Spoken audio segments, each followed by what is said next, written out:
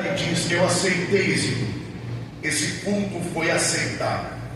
O culto aceitável por Deus é aquele que possui todos os elementos, e todos os elementos que sejam direcionados e permeados e fundamentados nas Escrituras. Eu posso criar uma série de coisas dentro de um culto.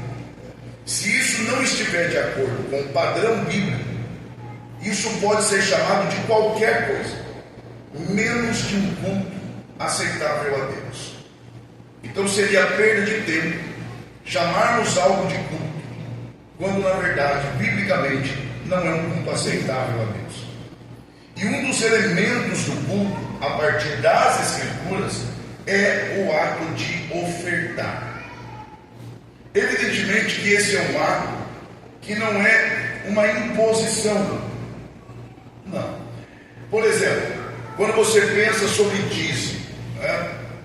Alguém vai dizer: o dízimo é algo que ficou restrito à lei. Isso não é verdade. Porque o dízimo, ele é antes da lei. Porque se a lei, como nós sabemos, ela foi estabelecida oficialmente a partir de Moisés, o que é que Abraão entregou para Melquisedeque? A gente ainda brinca. Onde Melquisedeque está, Abraão só dá o dízimo. Então, Abraão deu o dízimo a Melquisedeque. Abraão é antes ou depois de Moisés? Antes. Ora, Jacó diz para Deus: se o Senhor me abençoar, se o Senhor me guardar do meu irmão, da maldade do meu irmão, eu lhe darei 10% o dízimo de tudo que eu tenho. E aqui é um aspecto importante. Veja que, do ponto de vista bíblico, antes da lei, o dízimo, ele era um ato de gratidão. Jacó é o exemplo. Então, ele diz: se o Senhor me abençoar, eu lhe darei o dízimo de tudo que eu tenho. Então, como forma de gratidão. Na lei, o dízimo é lei. É por isso que em Malaquias, que é o período da lei ainda, diz que quem não dá o dízimo está roubando a Deus. Porque no período da lei, quem não dá dízimo é chamado de ladrão. Porque é um fora da lei. Porque na lei o dízimo é lei. Então antes da lei o dízimo é gratidão. Na lei, o dízimo é lei. E na graça? Na graça é o quê? Dá quem quer? Sim. Mas na verdade não é dar quem quer. Dá quem é crente.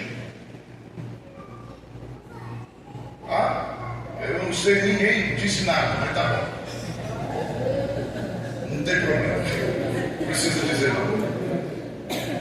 Porque, na verdade, na graça, nós estamos numa escola bíblica, na graça, o dízimo é demonstração de conversão. Quando eu dizimo e oferto, dentro da liturgia de um culto bíblico, eu estou demonstrando em atos, em atitude, de que o meu coração não está preso no dinheiro. Porque na graça eu não sou salvo porque eu faço coisas boas. Eu faço coisas boas porque sou salvo. Então não é que eu deixo de pecar para ser salvo. Não, eu deixo de pecar porque sou salvo. Então não é que eu dizimo para alcançar a bênção. Não, eu dizimo porque eu já fui alcançado de tal forma que eu entendo que eu não devo me apegar às coisas dessa vida, então eu devolvo aquilo que pertence a Deus. Amém, meus irmãos? Então, antes da lei, gratidão. Na lei, lei. Na graça, demonstração de conversão. Porque o único momento em que Jesus diz que o coração do homem é dividido com Deus é o Deus do dinheiro. Porque esse é o momento que nós temos temos para provar para nós mesmos, para Deus, para os homens e para o diabo, de que o nosso coração, ele pertence inteiramente a Deus. Agora, qual é a oferta que agrada a Deus? Não é a maior oferta, mas é a melhor oferta. E a melhor oferta nem sempre é a maior, porque a maior para um grupo pode não ser a maior para quem está dando. Vou te explicar. R$1.000 para o pastor Moisés, não vou colocar o senhor nessa não. O senhor é muito bonzinho. Ô Jean, R$1.000 para o Jean não é nada. Então, se ele der R$1.000 aqui, e esse é um ato profético, né? Se ele der R$1.000 aqui, não lhe custando nada, essa oferta não tem sentido. Mas se alguém aqui estiver com uma dificuldade tão grande que R$2 custa caro e ela dá, ela tem mais valor do que quem deu 1.000 sem que isso tenha valor para ela. Porque na verdade o que determina o valor da oferta não é quanto eu dou, é quanto ela vale para mim, é quanto ela me custa. Por isso Davi entendeu e ele disse: eu não darei nada ao meu Deus que não me custe alguma coisa. Então tem que custar. Então o que é que custa aqui para você hoje? É isso que faz da sua oferta valiosa. Então não é quanto você dá, é quanto isso vale para você. Você gostaria de receber o que você costuma dar? Então é assim que a gente define o aspecto do ofertar na igreja. Então nós teremos a oportunidade agora, é o quarteto, né, pastor? O quarteto estará louvando ao Senhor. Enquanto isso, nós estaremos também louvando ao Senhor com os nossos dízimos e as nossas ofertas para a obra do Senhor. Existem outras formas além tem Pix, vai colocar ali o Pix. Os irmãos já sabem como proceder e certamente o Senhor nos abençoará. Amém, meus irmãos? Amém. Vocês ainda estão animados para ouvir a palavra? Amém? Amém.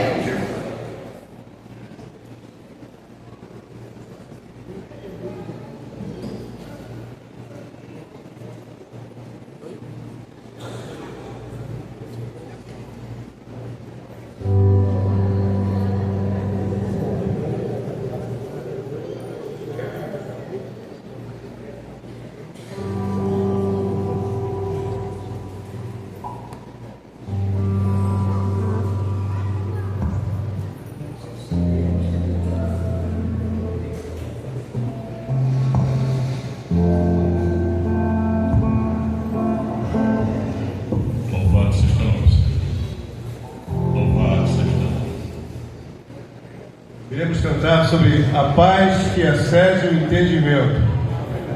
Aquela paz gloriosa que somente Jesus pode gerar no coração do homem.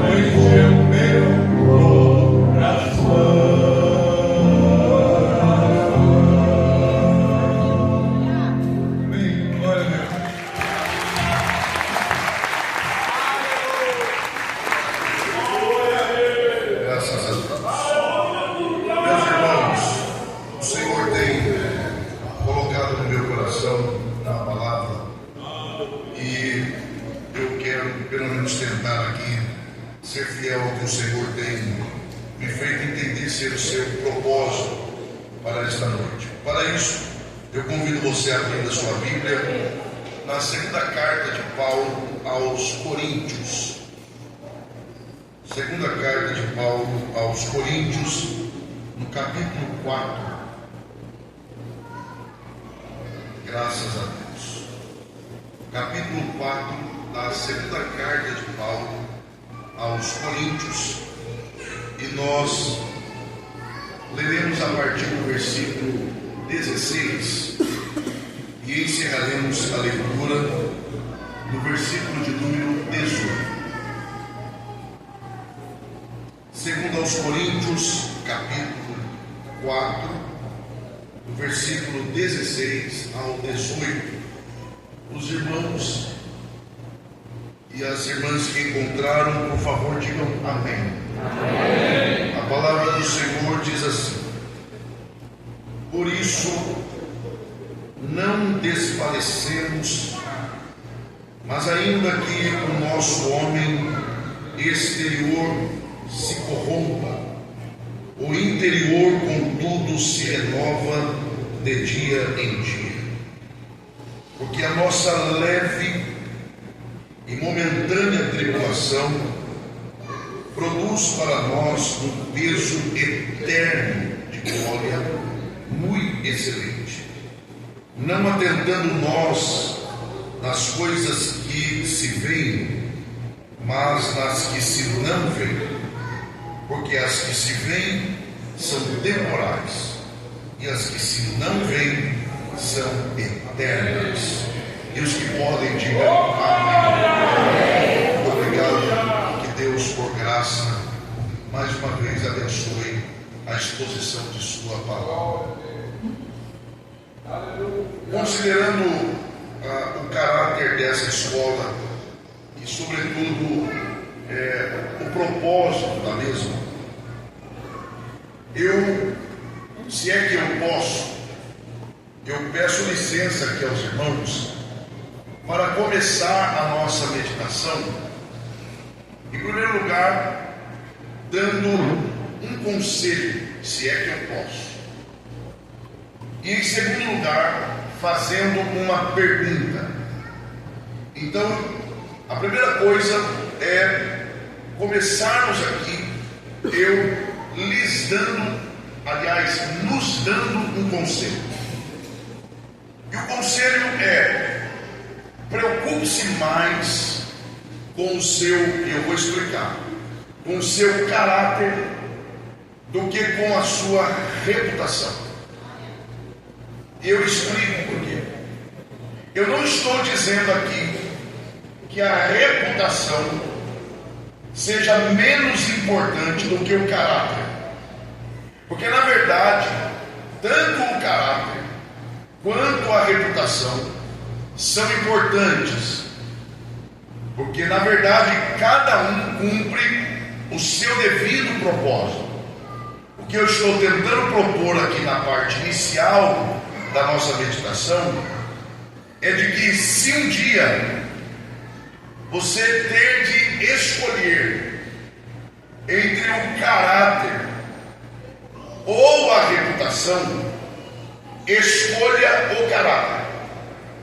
Quem está me entendendo aqui, diga amém. Então, preocupe-se mais com o caráter do que com a reputação. Eu sei que os irmãos sabem, é só a título de lembrarmos a diferença entre reputação e caráter. A reputação é aquilo que as pessoas pensam a meu respeito, enquanto que o caráter é aquilo que de fato eu sou. Então, o caráter é aquilo que representa quem eu sou de verdade, na minha individualidade, na minha intimidade e principalmente onde as pessoas não estão me vendo.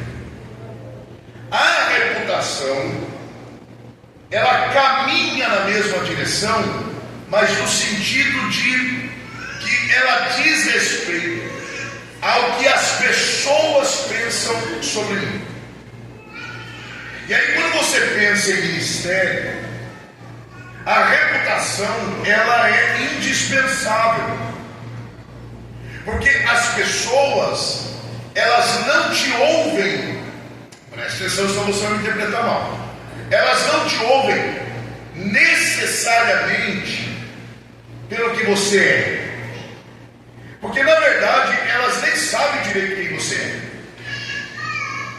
porque elas não dormem com você, elas não andam com você, elas não convivem com você. Seria bom você estar atento a isso.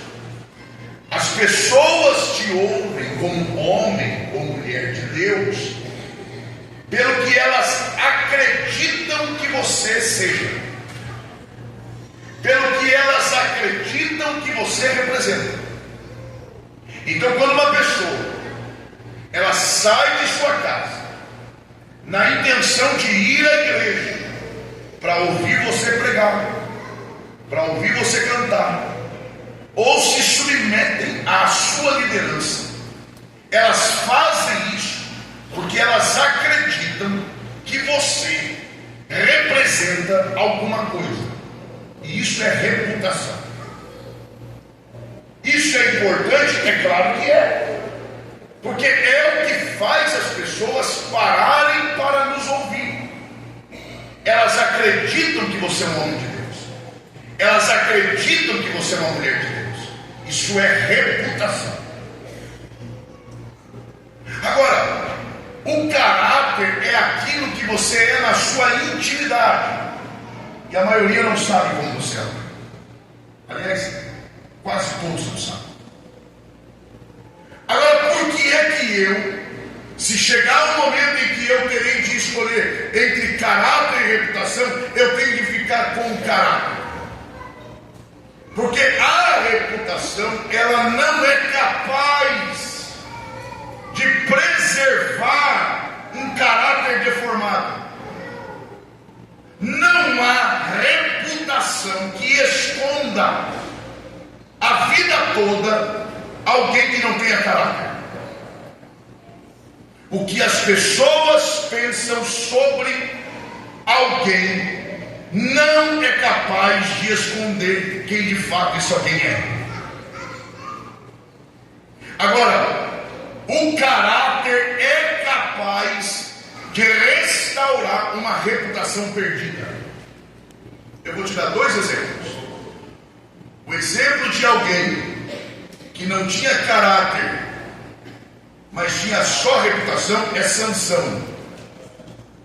Sansão vivia do que as pessoas pensavam que ele era, mas não conseguiu enganar para sempre. Agora, ao contrário disso, José é o outro exemplo, que entre ficar com o que pensavam dele e quem ele era, ele optou por ficar com quem ele era. Perdeu a reputação, mas o caráter não foi tocado. E mesmo na prisão, desmoralizado, a seu tempo, Deus restaurou a reputação de José, porque ele manteve o caráter intacto. Então, trabalhe a reputação. Isso é importante. Mas quando na bifurcação da vida você tiver que escolher o que as pessoas pensam ou quem eu sou, opte sempre por quem você é. Porque mesmo que as pessoas passem a pensar mal de você, mas se você permanece com caráter, a seu tempo, Deus mostrará a verdade. Esse é o conselho, e tem tudo a ver com o que nós vamos meditar aqui. A pergunta é essa: como é que a promessa futura dos céus, da recompensa eterna, de que forma isso pode contribuir para o obreiro enfrentar ou no enfrentamento de seus sofrimentos?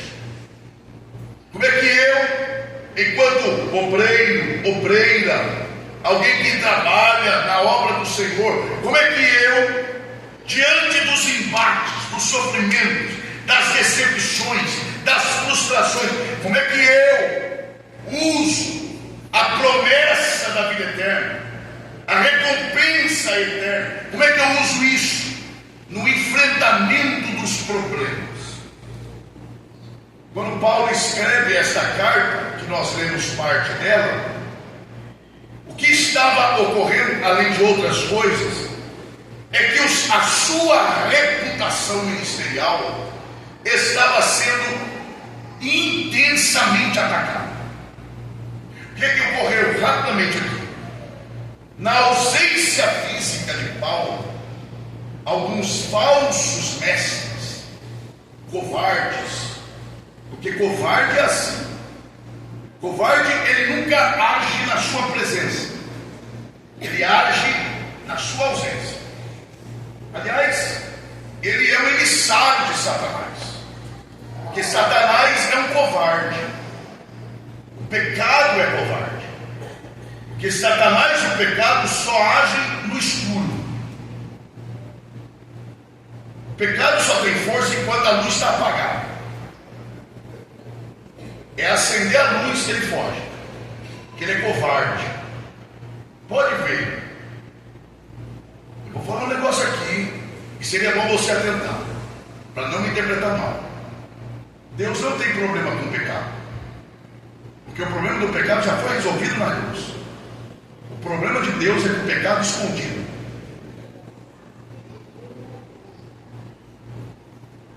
Tanto que a Bíblia diz, eu sei que é desconfortável, preste atenção aqui, senão vão desconfiar de você.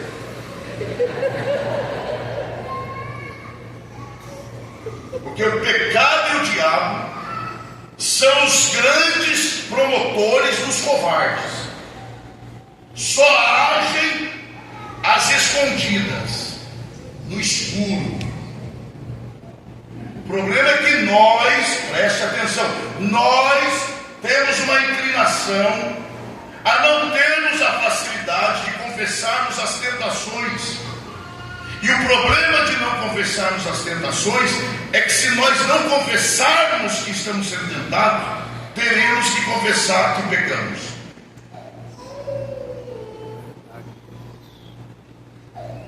Mas esse pessoal era covarde, assim como o pecado e o diabo. Foi Paulo sair fisicamente de Corinto, eles entraram em cena e começaram a tentar destruir a reputação de Paulo.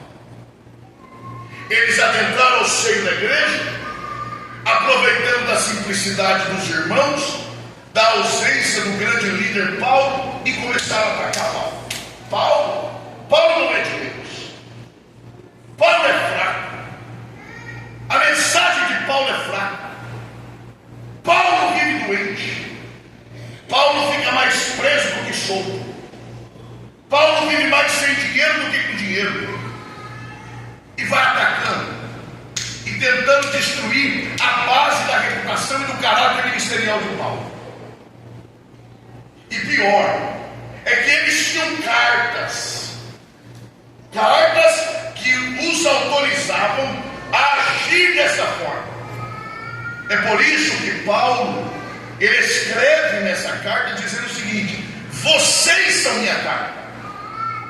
É como se Paulo estivesse dizendo: vocês são a prova do meu ministério. Olha quem eram vocês. Olha onde vocês estavam quando eu cheguei em Corinto. Olha onde eu os encontrei. E olha quem vocês são hoje. Eu não preciso de cartas. Vocês atestam o meu ministério. Vocês são a prova da reputação e do caráter do meu ministério. Mas a verdade é que esse pessoal está atacando Paulo. Paulo está fora. Paulo está ausente. E eles estão atacando Paulo. Repito, e dizendo o que para Paulo? Primeiro, sobre Paulo. Primeiro, ele é fraco. Segundo, a mensagem dele é fraca, comparada às mensagens dos gregos filósofos. Ele é fraco.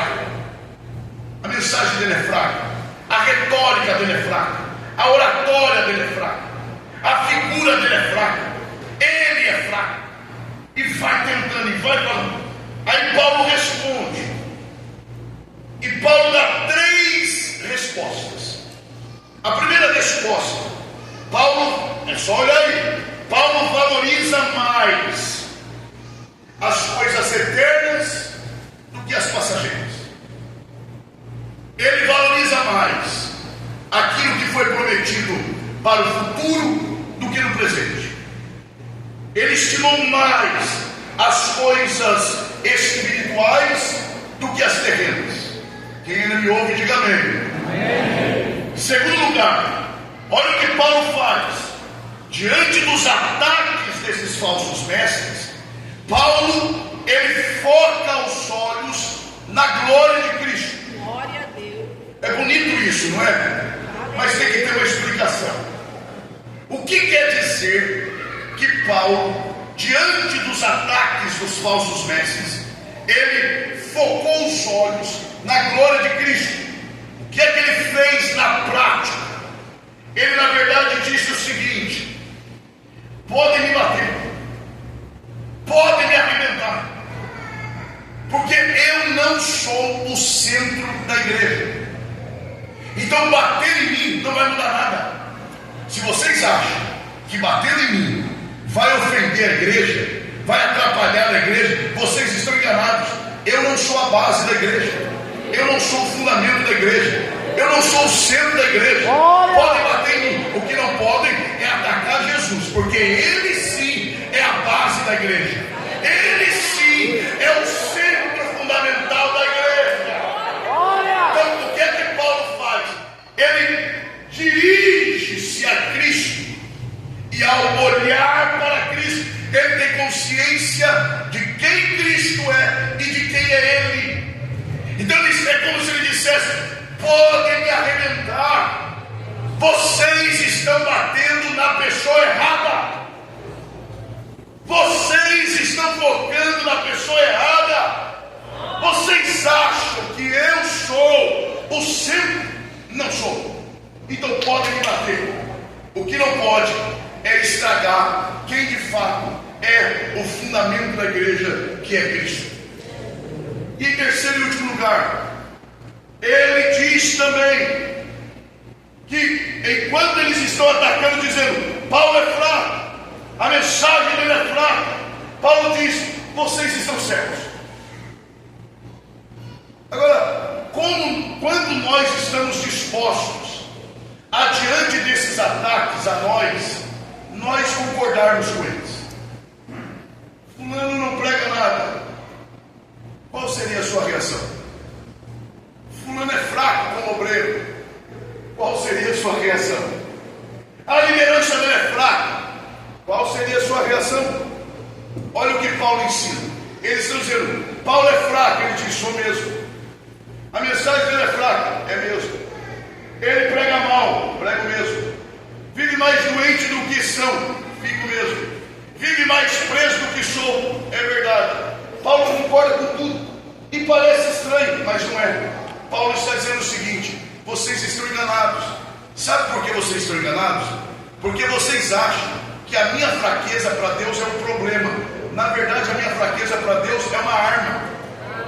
Porque o que vocês não sabem é que Deus decidiu depositar as riquezas da glória dele em vasos frágeis mesmo. Então aquilo que para vocês é um problema, para Deus é uma arma. Glória a Deus. Eu sou fraco, isso é arma na mão de Deus. Eu tenho as minhas fragilidades, isso é arma na mão de Deus. Então o dia que alguém querer questionar o seu ministério pelas suas fragilidades, lembre-se: os maiores tesouros, as maiores riquezas espirituais estão depositadas em vasos frágeis, para que a glória seja de Deus e não do homem. Quem está entendendo a voz de Deus, diga glória a Deus. Então Paulo está trabalhando esse aspecto. E aí ele abre o capítulo 4, E aí, se puder projetar o versículo 1, eu ficarei muito grato. Olha como ele abre. Vamos ler juntos. É uma escola bíblica. Vai lá. Por isso, segundo a misericórdia que nos foi feita, não desfaleça. Isso. Tendo o que mesmo? Este. Vai lá. Tendo o que? Este. Ministério. Só mais uma vez. Este o que? Ministério. Veja. Paulo termina esse capítulo falando sobre sofrimento. E ele começa falando sobre ministério. Então, quais são os dois temas desse capítulo? Ministério e o que mais? Vai lá. Pode falar sem medo. Vai lá. O primeiro tema é o ministério. E o segundo é o... Vocês não gostam dessa palavra não, né? Toda vez que eu falo sofrimento, vocês falam ministério. Então Paulo está falando sobre sofrimento e falando sobre o quê? Ministério. Vocês têm problema mesmo com a palavra sofrimento. Vai lá. Então vamos lá, para a gente resolver esse problema. Paulo fala sobre ministério e sofrimento. Então quais são os dois temas do capítulo 4 da segunda carta aos Coríntios? Ministério e sofrimento. A primeira coisa que Paulo está ensinando com isso é de que ministério e sofrimento são indissociáveis. Como assim, pastor? O que ele está ensinando é que ministério e sofrimento andam de mãos dadas. O que é isso, pastor? Vou dizer de outra forma. O que Paulo está dizendo é que não existe ministério autêntico sem sofrimento. Eu sabia que ia bater esse sentimento, mas eu não vim aqui para esconder nada de mim. Paulo deixa claro que todo ministério autêntico é marcado por sofrimento. Agora, outra coisa que Paulo deixa claro, porque olha ali, por isso tendo este ministério, segundo o quê? Misericórdia. Misericórdia aqui é um desdobramento da graça. Então, primeiro, ministério e sofrimento andam de mãos dadas. Não quer sofrer, não entre para o ministério. Quer vida mansa? Vai jogar peteca. Peteca é tranquilo. Não tem contato, não tem nada. Joga peteca e está tudo certo. Agora, não quer embate, não quer frustração, não quer decepção, não quer ser traído, não entre para o ministério. Vida mansa não é para o rei. Pastor, é assim? É. Então eu vou desistir. É melhor desistir agora e deixar a igreja em paz do que achar que ministério é status, do que achar que ministério é posição de elevação. Não é. Agora, existe um outro aspecto, além de ministério e sofrimento caminharem juntos, de acordo com o que Paulo está ensinando em todo o capítulo. Ele diz que esse ministério, ele advém do quê? Diga misericórdia. A misericórdia é uma face do quê? Diga da graça.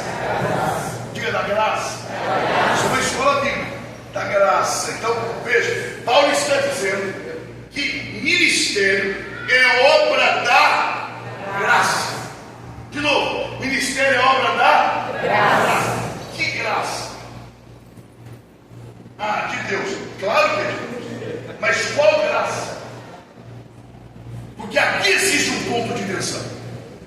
Porque há pessoas que acham que a graça que me salvou é uma, e a graça que me usa é outra. Não é. A graça que me salva é a mesma graça que me usa. Você pode repetir isso? Diga: a graça que me salva é a mesma que me usa. Pastor, mas isso é muito A gente tem que entender isso aqui.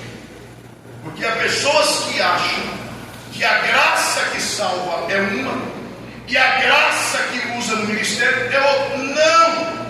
As pessoas que pensam assim, é por isso que você, gente, presta atenção aqui, é por isso que você ouve pessoas dizendo frases assim, ó.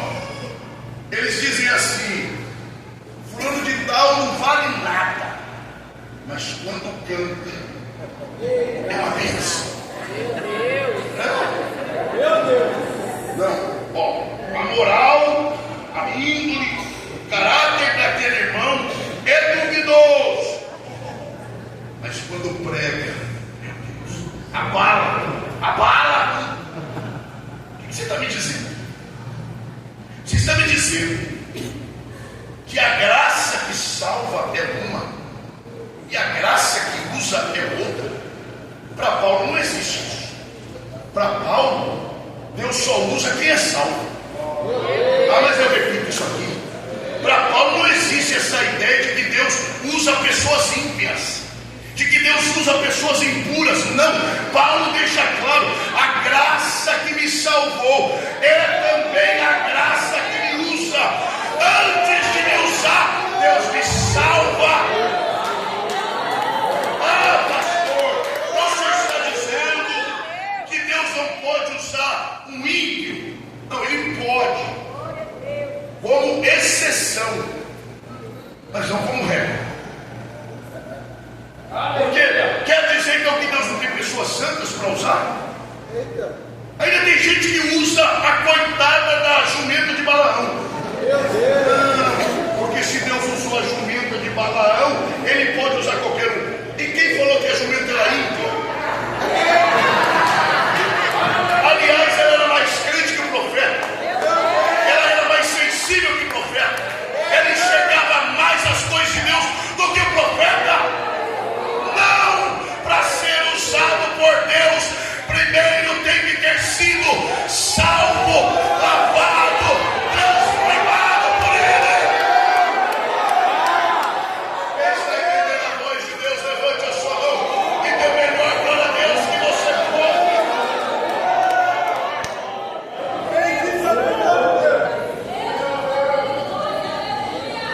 Mas de onde veio a motivação de Paulo para que, mesmo diante do sofrimento, ele continuasse a exercer o seu ministério? De onde vem isso? Paulo, ele tem uma consciência clara de quem ele é, do que ele representa. E aí aqui eu gostaria que você atentasse bem para isso, pois isso é fundamental para quem exerce o ministério. O fato de que nós precisamos saber quem de fato nós somos. Olha bem para cá, porque o grande problema é quando eu perco a noção de quem de fato eu sou. Por exemplo, se tem alguém que tinha clareza sobre quem ele era, foi João Batista. João Batista foi interpelado por alguém que lhe perguntou dizendo: você é o Messias? Você é o Messias? Meu irmão, tem gente que você não pergunta quem ele é, ele já vai dizendo quem é. Não, porque você sabe que eu não sei de nada. Não, porque eu estive em tal lugar. Quem é que te perguntou isso? Não, porque eu passei por lá, estudei lá, fiz isso. Irmão, ninguém quer saber isso. Respira, meu irmão. Conta até 10.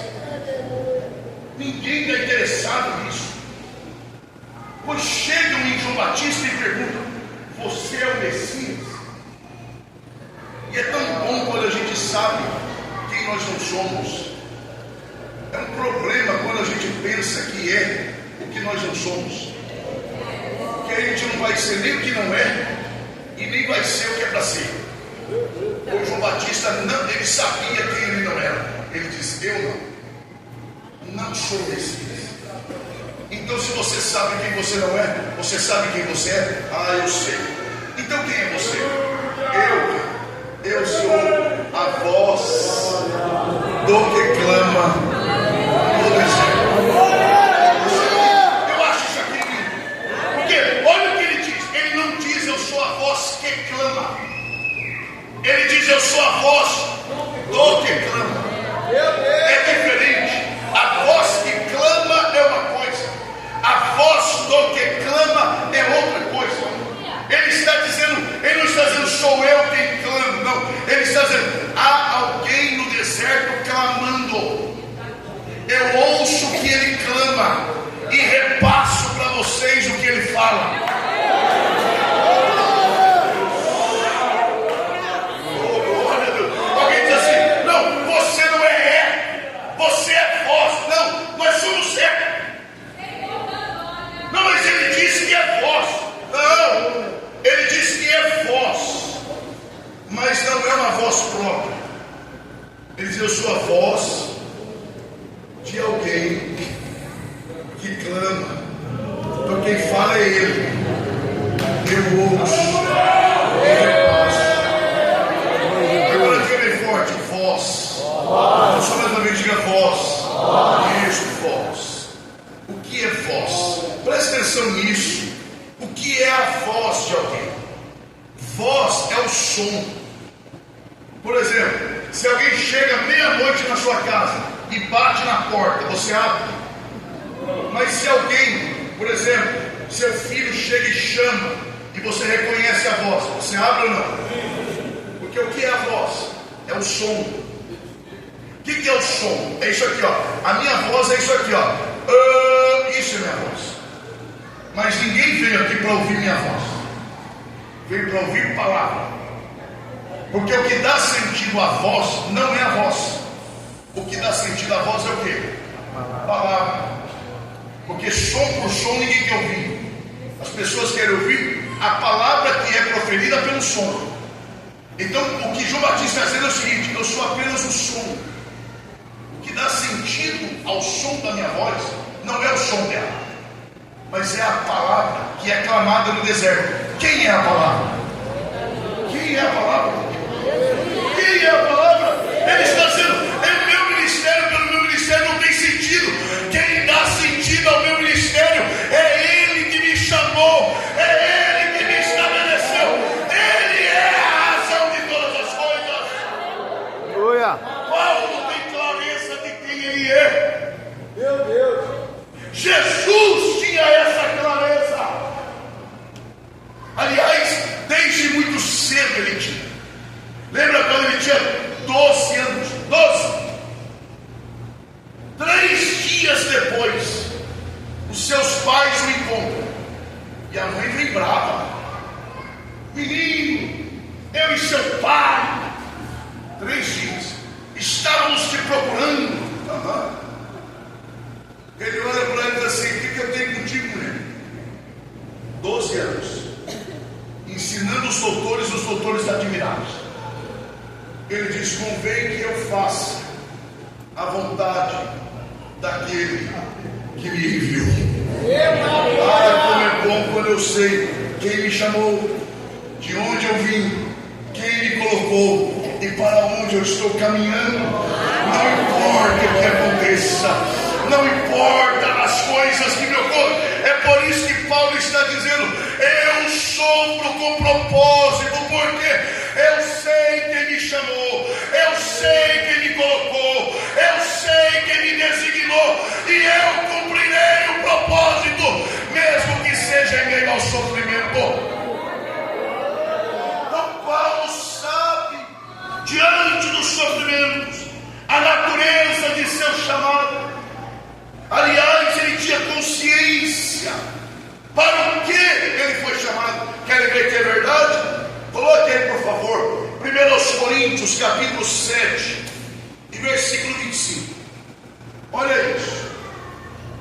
Ora, quanto às virgens, não tem o mandamento do Senhor, dou, porém, o meu parecer. Agora aqui está. Como quem tem alcançado o quê? lá, como quem tem alcançado o quê? Misericórdia do De Senhor. quem? Para quê? Ser fiel. De Cristo. Ele alcançou o quê? Misericórdia De quem? do Senhor. Para quê? Ser fiel. Isso. O que ele está dizendo aqui é o seguinte: primeiro, a misericórdia de Deus me deu condições, ou me elegeu para ser fiel. Então diga assim, ó, pela misericórdia, eu fui chamado para ser fiel. Para ser fiel. Diga, e essa misericórdia E essa misericórdia me me capacita para ser para ser fiel. fiel. Então, na verdade, começa na misericórdia e termina na misericórdia. Paulo sabe, eu sei para que eu fui chamado. Eu fui chamado pela misericórdia de Deus para ser fiel. E como é que você vai conseguir ser fiel? Pela mesma misericórdia. A misericórdia que me chamou para ser fiel é a misericórdia que vai me dar condições para ser fiel.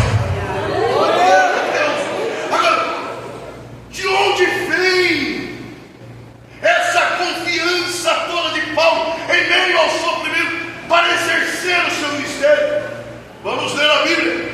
2 Coríntios, por favor, capítulo 3, versículo 4. Olha o que Paulo diz.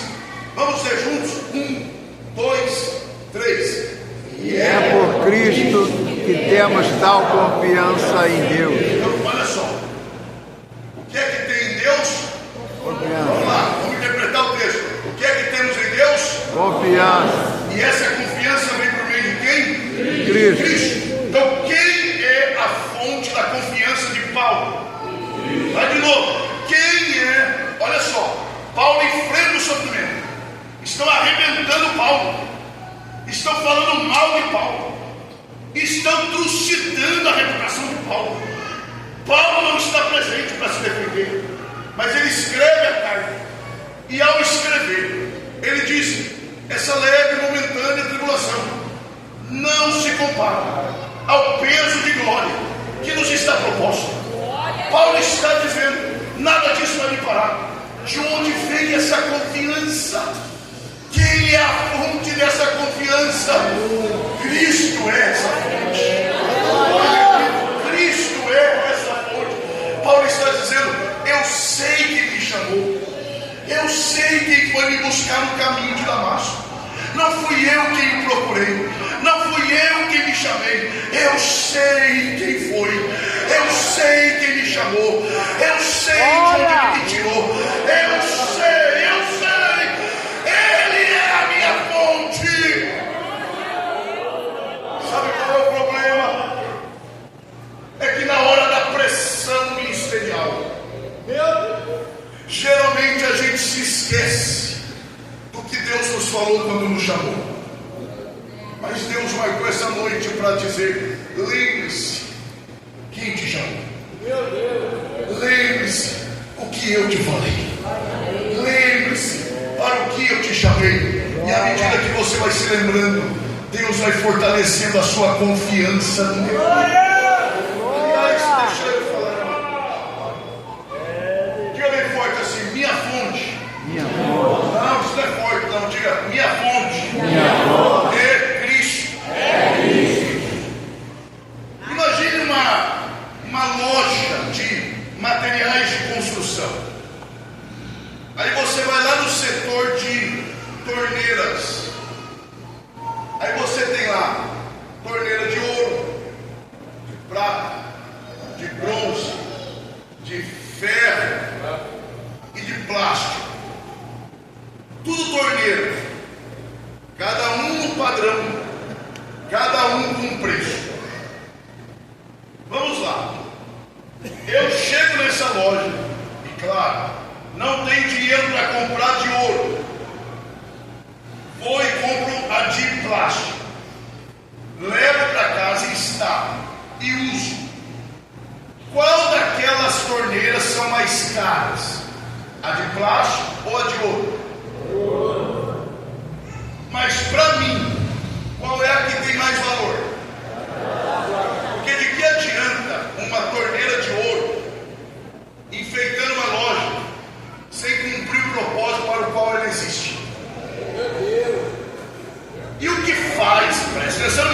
E o que é que faz a torneira de plástico ser mais valiosa, não mais cara, mais valiosa do que a de ouro? A água que passa por ela. Porque o que determina o valor de uma torneira não é a torneira, é a água. E a água depende do quê? De uma fonte. Na igreja Deus tem vários tipos de torneira, mas a fonte é uma só. Deus pode usar vários tipos de torneira para me abençoar. Deus pode usar uma torneira de ouro, Deus pode usar uma torneira de plástico, mas o que eu preciso entender é que independente da torneira, quem é a minha fonte não é o homem, a minha fonte é o Senhor. Paulo está dizendo, Barnabé é importante, Silas é importante, Pedro é importante, mas fonte é uma só. Cristo é a minha fonte. Cristo é a minha fonte. É dele que vem a minha confiança. Quem deseja ter em Cristo a sua confiança, adore a Ele nesta noite. E aí é com base nisso que Paulo escreve no versículo 1 do capítulo 4. Olha o que ele escreve mais. Lá está, capítulo 4, e versículo 1. Por isso, tendo este ministério, segundo o quê? Que nos foi feita. Olha agora um pouquinho mais forte, diga: não desfalecemos. Não desfalecemos. Aí quando você vai para o versículo 16, que é o que nós lemos. Por isso não desfalecemos. Por isso não desfalecemos. Por que ele usa essa palavra desfalecemos? Esta confiança toda, esta segurança toda, esta consciência de quem o chamou, estão arrebentando Paulo, estão falando de Paulo, estão trucidando a reputação de Paulo, estão questionando a seriedade de Paulo. E ele diz: a minha confiança é o Senhor, eu sei que Ele me chamou, a minha chamada é fruto da misericórdia. E ele vai dizer, ele diz: por isso eu não desfaleço. Diga: desfaleço. O que Paulo quer dizer com essa palavra? Desfalecer aqui significa abandonar-se a si mesmo. Paulo está dizendo: por isso não desfalecemos. Em outras palavras, ele está dizendo: por isso eu não me abandono a mim mesmo. Por que Paulo está dizendo isso? Porque Paulo tem consciência de que abandonar o ministério é abandonar a si mesmo. Porque ele entende que agora ele existe para isso, ele nasceu para isso. E deixar de cumprir o ministério é deixar de ter razão para viver. É como se ele dissesse: se eu abandonar o ministério, a minha vida acaba, porque a existência que eu tenho é para cumprir o ministério que Deus me entregou. Quer ver que isso é verdade? Romanos capítulo 1, por favor, versículo 14.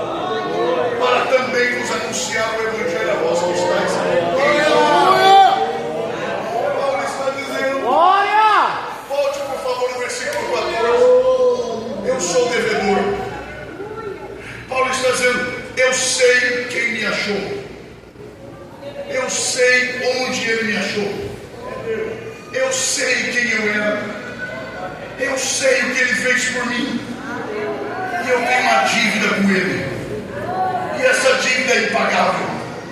Eu vou tentar pagar, eu vou morrer tentando pagar essa dívida. Como? Eu vou doar a minha vida para ele, eu vou me deixar gastar na mão dele. O que Paulo está dizendo aqui é como se fosse uma vela.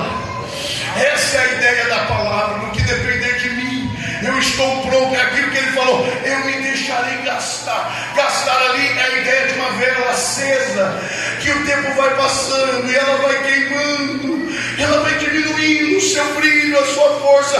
E Paulo está dizendo: não tem problema, eu nasci para isso mesmo. Eu vou me gastar para pagar essa dívida. Não importa o que vier, não importa o que eu passar, eu me gastarei por ele.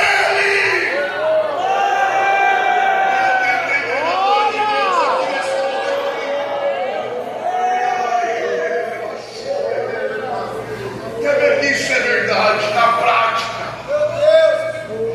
Paulo está preso. Ele sabe que será decapitado. Ele está no corredor da morte. Ele vai morrer. Ele sabe que não sai dali com vida. O seu dia está chegando. A data está marcada.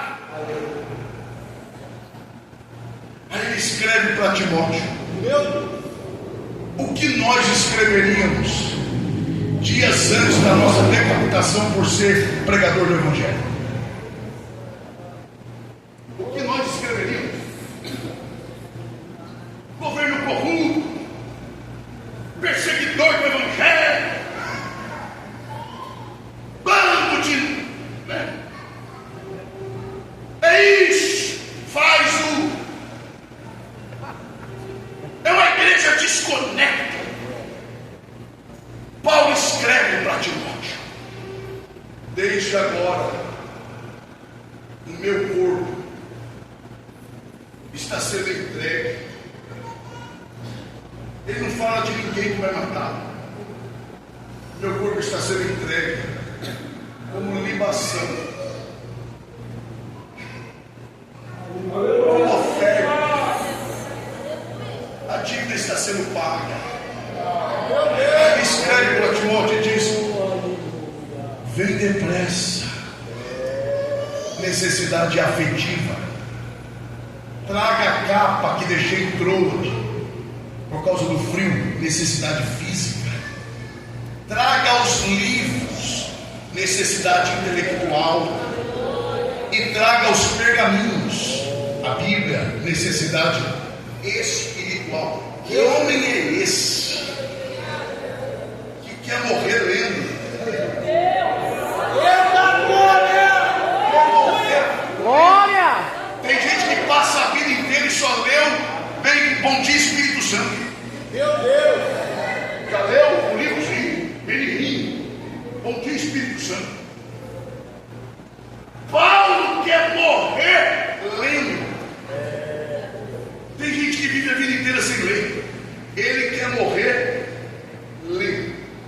Que homem é esse? E mais, ele é um homem tão consciente que, sabendo que vai morrer, ele escreve dizendo: e trago a João Marcos, porque muito me é útil para o ministério.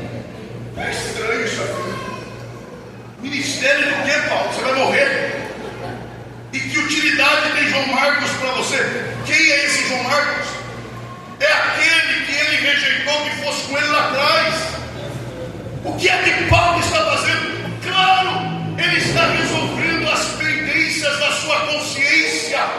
Traga-o para que eu resolva a minha questão com ele. Glória a Deus, glória a Deus. Paulo é alguém que se deixou gastar. Por isso ele usa a expressão: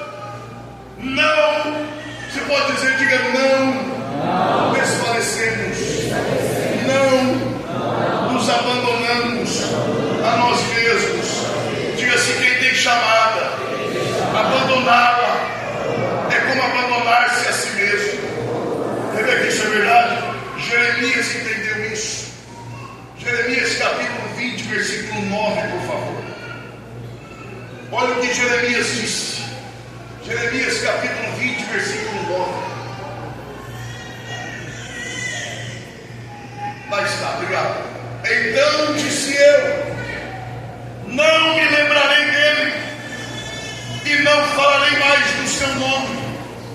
Mas isso foi no meu, como fogo ardente, encerrado nos meus, e estou fatigado de sofrer e não posso mais. Sabe o que Jeremias está dizendo aqui? No capítulo 2 de Jeremias, ele chama Deus de fonte de água viva. Olha que lindo. Claro, lua de mel do ministério. Capítulo 15, sabe o que ele chama Deus? Ribeiro ilusório. Ele diz: o Senhor me atraiu dizendo ser uma coisa, mas o Senhor é outra. Tu és como fonte ilusória, como ribeiro ilusório. Mas não era fonte de água viva? Pois é, agora ele está sofrendo os danos do ministério. É aqui que Deus fala para ele: se você se fatiga com quem vai a pé, imagine quando você competir com quem vai a cavalo. Deus está dizendo para ele: está ruim? Tá, vai piorar. Aí no capítulo 20 ele diz: não aguento mais. Mas ele diz: se eu disser, não me lembrarei mais dele, não falarei mais do seu nome. Ele diz: mas isso é como fogo que arde no coração e está encerrado até os ossos. O homem é feito de quê, humanamente falando? Emoções, coração. Estrutura física, ossos. É a essência do homem. O que ele está dizendo é: ainda que eu queira não me lembrar dele, ainda que eu queira não falar dele, não dá. Por quê? Porque a minha essência está dominada pelo senso que eu tenho de cumprimento do meu ministério. Deixar de cumprir o meu ministério é deixar de existir, é deixar de ter razão para existir. Deus marcou essa noite para renovar ministérios neste lugar. Quem crê nisso, adore ao Senhor. Glória a Deus. Eu começo a encerrar. Mas Paulo segue e ele toma uma firme decisão. No versículo 2 do capítulo 4 de 2 Coríntios, olha a expressão que ele usa. 2 Coríntios 4 e 2. Ele usa, obrigado.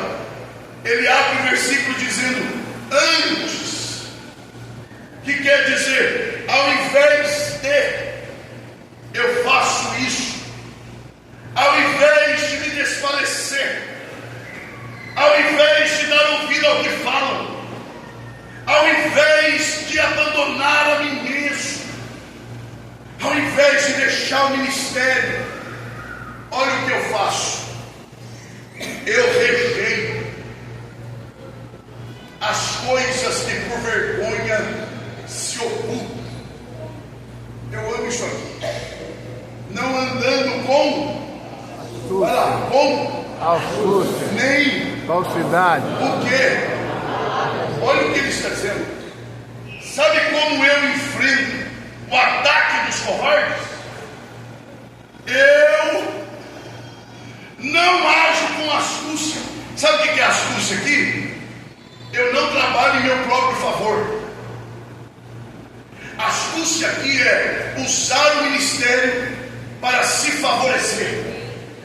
Gente, pelo amor de Deus, estão arrebentando Paulo, estão destruindo a reputação de Paulo. Ele poderia usar o lugar dele para dizer: é mentira, eu sou pastor, é mentira. Paulo diz: não, eu não vou usar o meu lugar para me defender, eu não vou usar da minha posição para poder me beneficiar. Não, sabe o que eu vou fazer? Eu vou continuar lutando para não falsificar a palavra de Deus. Glória a Deus. Paulo está dizendo: eu não vou dar respostas, eu apenas vou cumprir o meu ministério.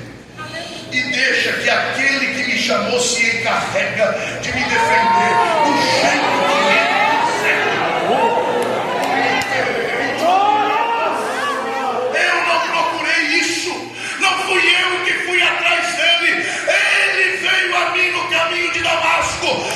então eu vou fazer o que Ele mandou, porque Ele cuidará de mim.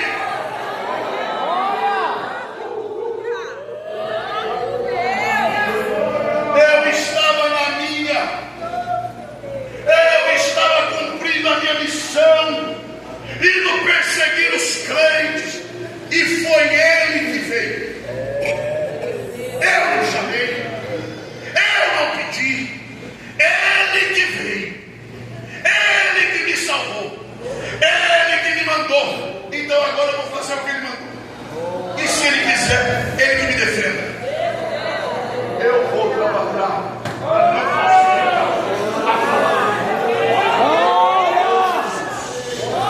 Deus está ensinando para mim. Deixem falar. Deixem falar. Cumpra a sua missão. Cumpra o seu papel. Cumpra o seu chamado.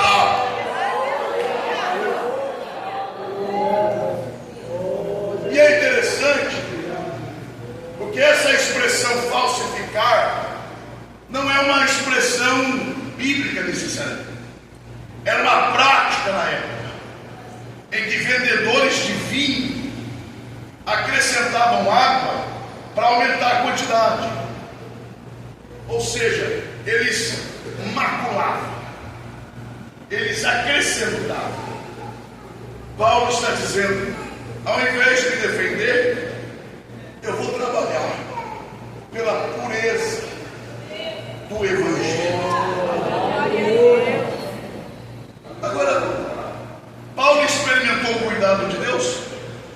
Sim ou não? Vou terminar aqui. Paulo experimentou o cuidado de Deus, sim ou não? Sim. De que forma? Tirando o sofrimento? Sim ou não? Não. Mas dando graça a Ele para cumprir o ministério no meio do sofrimento. Eu sabia. O problema é que a gente tem problema com o sofrimento. A gente acha que o sofrimento é um problema. Aliás, a gente faz culto para acabar o sofrimento. Vem, e Deus vai te dar graça para você vencer o sofrimento. Paulo era o contrário. Paulo escrevia para os discípulos dizendo: sofre comigo. Ou não é? É ou não é? Está desconfortável? Eu sei. Porque na verdade a gente quer ouvir: Deus vai tirar o seu sofrimento. Não vai. Ele vai usar o seu sofrimento para que você cresça na presença dEle. E Ele te empurre para o propósito dEle.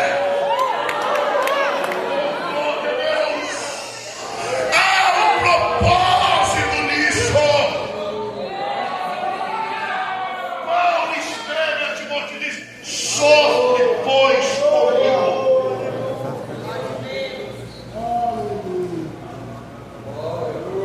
Mas vamos lá, versículo 17, eu acho. A diferença está aqui,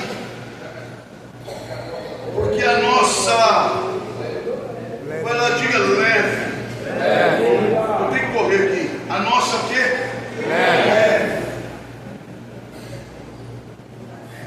Sabe o que Paulo tem em mente com a palavra leve? Ninho de passarinho. Pensa no ninho de passarinho. Qual é o peso dele? Quanto pesa um ninho de passarinho, por favor? Quantos quilos tem um ninho de passarinho? Quilo, pastor, o senhor está de brincadeira? Mas o propósito é esse mesmo. Quando Paulo está dizendo, é porque a nossa igual ao ninho de passarinho. E outra coisa, presta atenção nisso. Além de Paulo estar falando do peso, ele está falando do preço. Você já viu alguém vendendo ninho de passarinho? Quem já viu? Lá na rua Uruguaiana, vendedor de ninho de passarinho. Banca de ninho de passarinho. Quem já viu? Você já vendeu ninho de passarinho? Já comprou ninho de passarinho? Porque além de leve, ninho de passarinho não tem nem preço, não tem nem valor. Paulo está falando isso. Podem falar de mim, me arrebento, me destruam mesmo. Eu não me preocupo, porque isso para mim é leve. Quando eu comparo o que está proposto, isso é nada. Aleluia! O problema, meu irmão, é que a gente fica com o olhar aqui. O problema é que a gente não tira os olhos da terra. O problema é que a gente é apegado aqui. Paulo está olhando para cima. Eu arrebentei, isso para mim é leve. Por quê? Porque meus olhos estão postos. Aleluia! Porque a nossa leve e momentâneo. Isso não é para sempre. Nós não vamos ficar aqui para sempre. É só um tempo. A nossa leve e momentânea tribulação aqui é pressão constante, ser comprimido contra a parede. Obreiros fiéis sofrem isso. Há momentos que parece que a gente não vai aguentar. Eu vou confessar um negócio para vocês. Ontem, eu atendendo na igreja onde eu estou pastoreando, cuidando da igreja, cuidando da faculdade, da família, cuidando de preparar a mensagem. De repente eu fui tomado por um sentimento que eu nunca tinha tido na minha vida. Eu falei, o que é isso? É uma angústia, é um peso na alma. Parece que você vai se explodir. É o peso do negócio. É isso que Paulo está dizendo. É tribulação, é pressão. Parece que você vai morrer. Paulo está dizendo, é leve isso.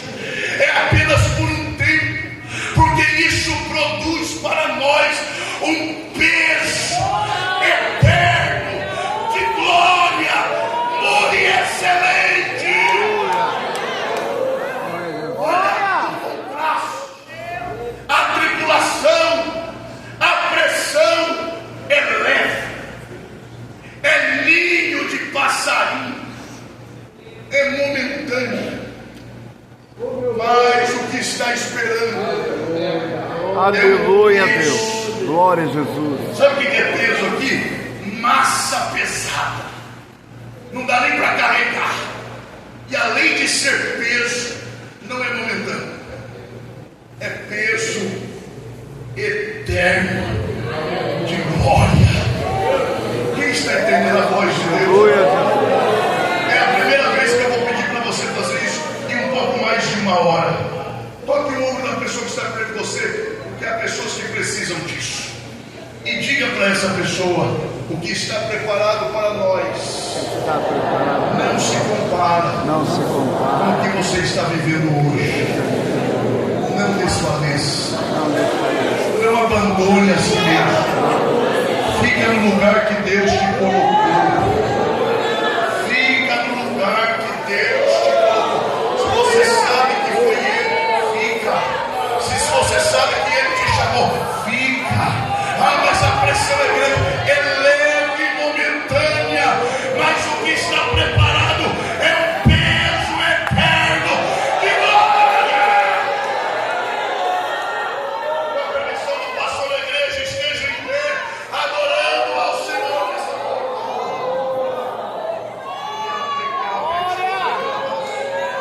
Aleluia. Deus renova a sua alegria ministerial hoje.